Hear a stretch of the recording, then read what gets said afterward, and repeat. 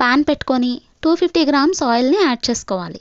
Oil వేడెక్కిన తర్వాత మనం 1 అవర్ బిఫోర్ మ్యారినేట్ చేసి పెట్టుకున్న చికెన్ని ఆయిల్లో యాడ్ చేసుకోవాలి. మీడియం ఫ్లేమ్లో పెట్టుకొని అంతటినీ బాగా ఒకసారి కలుపుకొని ఫ్రై చేసుకోవాలి. మధ్య మధ్యలో కలుపుతూ ఫ్రై చేసుకోవాలి. పసుపుని సాల్ట్ని యాడ్ చేసుకోవాలి. 5 మినిట్స్ ఫ్రై చేసుకున్న తర్వాత అల్లం వెల్లుల్లి పేస్ట్ని యాడ్ చేసుకొని పచ్చివాసన పోయే వరకు ఫ్రై చేసుకోవాలి. గరం మసాలాని యాడ్ చేసుకోవాలి. గరం మసాలా యాడ్ చేసుకున్న తర్వాత అంతటినీ ఒకసారి బాగా కలుపుకొని స్టవ్ ఆఫ్ చేసుకొని పెట్టుకోవాలి.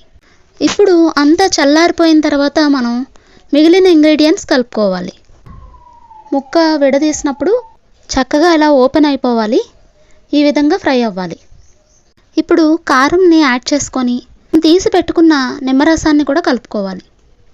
అంతా పట్టేటట్టుగా బాగా కలుపుకొని ఒక కంటైనర్లో ప్రిజర్వ్ చేసుకోవడమే.